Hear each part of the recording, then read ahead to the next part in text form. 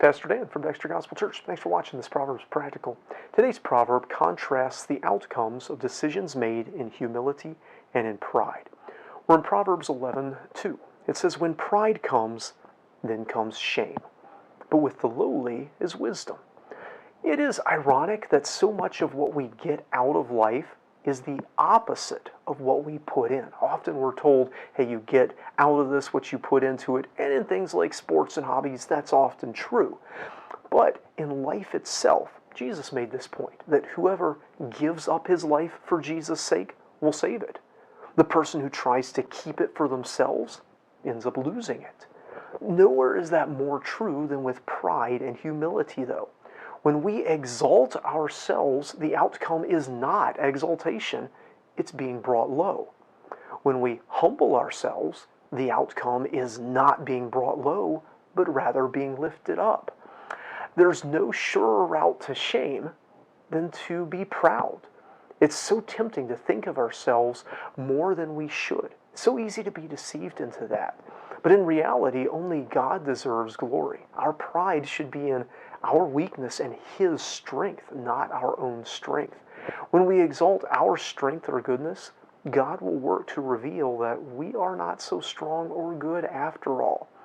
But while God actively resists the proud, He works against them and brings them to shame, He also actively works to lift up the humble. Truly, God is the only one worthy of glory. Those who step out of the way so that God can get the attention and glory get God's attention. Because they do not honor themselves, God honors them. Is it any wonder that Paul, who considered himself the chief of sinners, is often regarded by people throughout history as the greatest of apostles? Having God work for us is far better than having us work against God.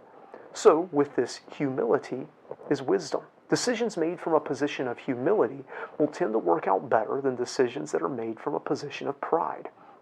It's worth noting that this is not a false humility or a depressed, constant assumption that we can't do anything, change anything, aren't worth anything.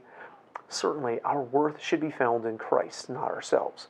But this, I think, isn't measured so much in thinking less of ourselves, though sometimes that's wise too, but in thinking of ourselves less, as the saying goes.